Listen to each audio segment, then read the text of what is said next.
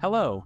Have you ever noticed the immediate visceral reaction some people have when a loud, flashy sports car drives by? For many, it's not just indifference, it is an active dislike. But why?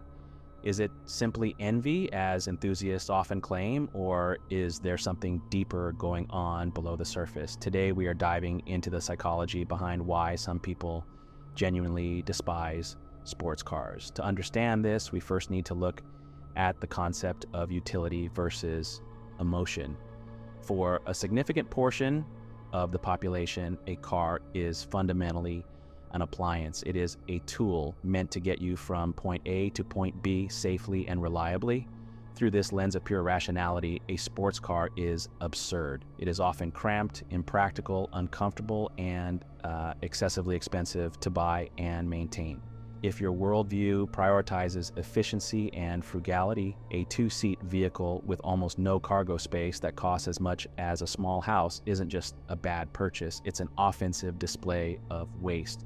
It represents a set of priorities totally alien to someone focused on practical living. We are just scratching the surface here. If you think this kind of psychological deep dive into everyday topics is valuable, consider leaving a like.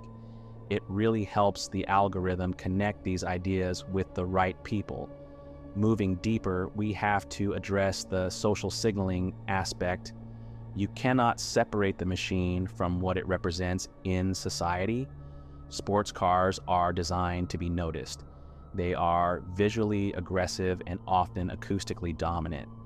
For individuals who value modesty, humility, or blending in, this demand for attention is inherently off-putting.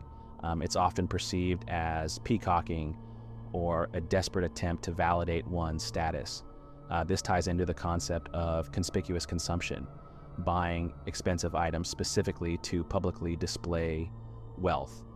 When someone sees a driver revving a Lamborghini at a stoplight, they aren't just seeing a car, they are seeing a statement about wealth inequality.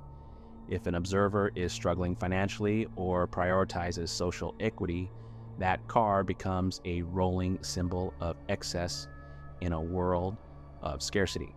It can trigger feelings of resentment that have nothing to do with the engineering of the vehicle and everything to do with the social gap it represents. If this analysis brings someone specific to your mind, perhaps a friend who always complains about loud cars, or maybe even an enthusiast who doesn't understand the hate, feel free to share this video with them. It might spark an interesting conversation.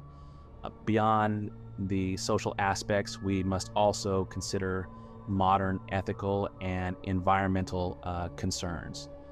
In an era increasingly focused on sustainability and climate responsibility, high-performance combustion engines are seen by many as ethically obsolete. A vehicle that consumes vast amounts of fuel just for the sake of acceleration is viewed by environmentally conscious people as a selfish imposition on the shared planet. Furthermore, there is the issue of noise pollution.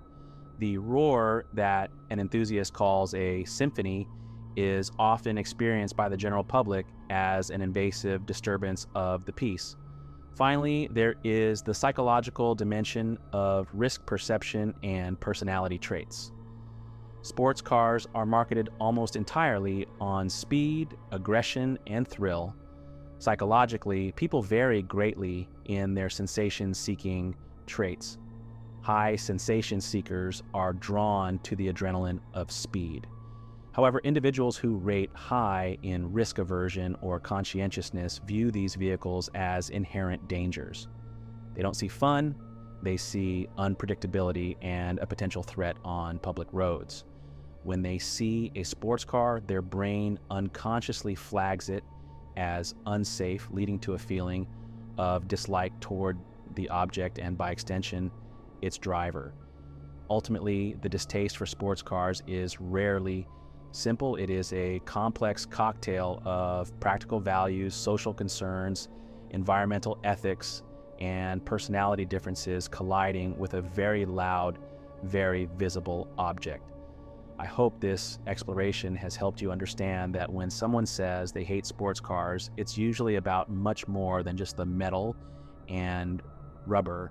If this video helped broaden your perspective on why people react the way they do, and you want to support more content that explores the human mind, leaving a like and subscribing to the channel is the best way to let me know. Thank you for watching and take care.